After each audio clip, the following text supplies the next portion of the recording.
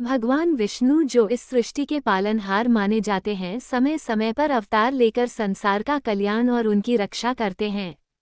उनके कई अवतार हुए, जिनमें से आज हम भगवान विष्णु के कूर्म अवतार के बारे में बात करने जा रहे हैं। भगवान विष्णु के कूर्म अवतार को कच्छप अवतार भी कहा जाता है। ये विश्व कल्याण के लिए लिया गया उनका दूसरा अवतार था।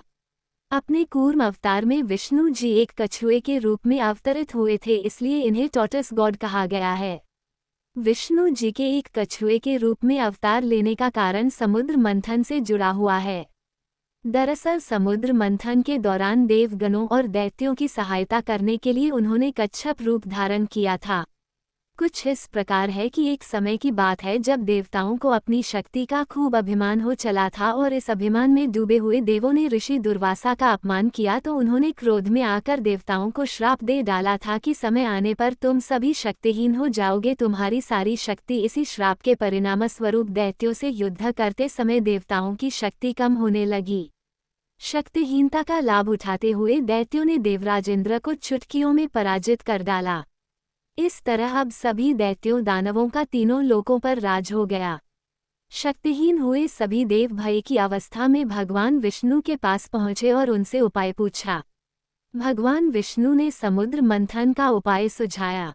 अभी अभी सतयुग की शुरुआत हुई थी। पृथ्वी को प्रलय झेले हुए कुछ ही समय बीता था और सभी बहुमूल्य रत्न प्रलय के कारण समुद्र में गिर गए थे। ऐसे में समुद्र मंथन का विष्णु जी का सुझाव सबसे सही था।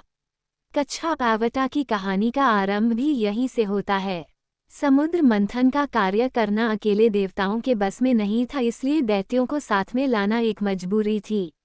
विष्णु जी ने बताया था कि समुद्र मंथन से अमृत निकलेगा, जिसका पान कर सभी देवता अमर हो जाएंगे।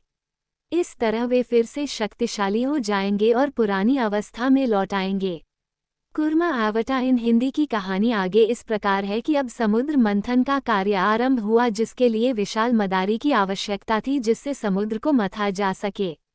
इसके लिए विष्णु जी ने अपने सुदर्शन चक्र की मदद से मंदार पर्वत को काटकर समुद्र में रखा।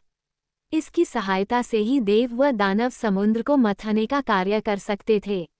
इस पर्वत को घुमाने के लिए रस्सी के रूप में भगवान विष्णु के वासुकी नाग का प्रयोग किया गया। वासुकी नाग को मंदार पर्वत पर लपेटा गया। नाग के मुख को दैत्यों की ओर तथा पूंछ को देवताओं की ओर रखा गया। विष्णु का कछुआ अवतार की कहानी में अब एक और परेशानी सामने आई, क्योंकि समुद्र गहरा होता है, इसलिए मंदार पर्वत अंदर रसातल में डूबता जा रहा था। मंदार पर्वत के डूबने से समुद्र मंथन का कार्य पूर्ण होना असंभव था।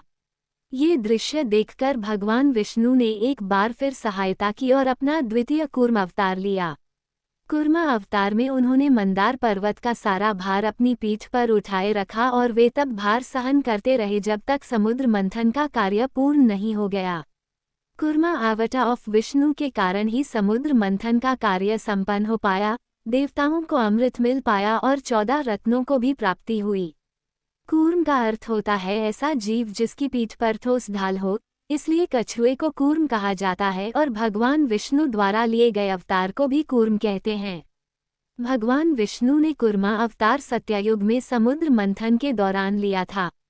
ये संसार के कल्याण के लिए लिया गया उनका दूसरा अवतार माना जाता है। कूर्मा अवतार को कच्छप अवतार, कछुआ के रूप में अवतार भी कहते हैं। कूर्म के अवतार में भगवान विष्णु ने क्षीर सागर के समुद्र मंथन के समय मंदार पर्वत को अपने कवच पर संभाला था।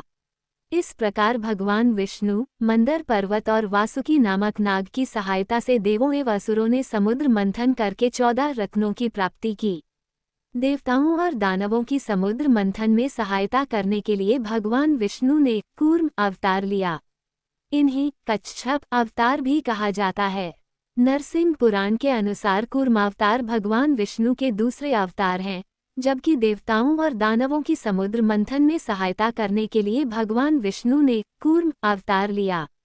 कूर्म अवतार भगवान विष्णु का दूसरा अवतार है जो सत्य युग के दौरान अस्तित्व में आया था। यह आधा कछुआ और आधा मानव के रूप में अस्तित्व में आया। इसे पानी में मंदरा पर्वत को पकड़े हुए दर्शाया गया है, जिसे मंथन के दौरान मंथन की छड़ी के रूप में चुना गया था, जिस पर भगवान विष्णु स्वयं बैठे हैं। हिंदू संरक्षक देवता विष्णु का दूसरा अवतार है। यजुर्वेद जैसे वैदिक साहित्य में कश्यप नामक सप्तऋषि के पर्याय के रूप में उत्पन्न कूर्म आमतौर पर पुराणों जैसे उत्तर वैदिक साहित्य में जुड़ा हुआ है।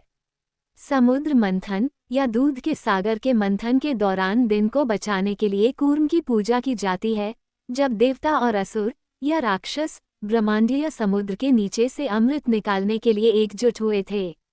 कूर्म मंथन की छड़ी के लिए स्टेबलाइजर के रूप में कार्य करता था। हिंदू धर्म में कूर्म संस्कृत, जिसका अर्थ है कछुआ, हिंदू त्रिमूर्ति में संरक्षक देवता विष्णु का दूसरा अवतार है, जो पृथ्वी को विनाश से बचाने के लिए सत्य युग में एक विशाल कछुए के रूप में प्रकट हुए थे।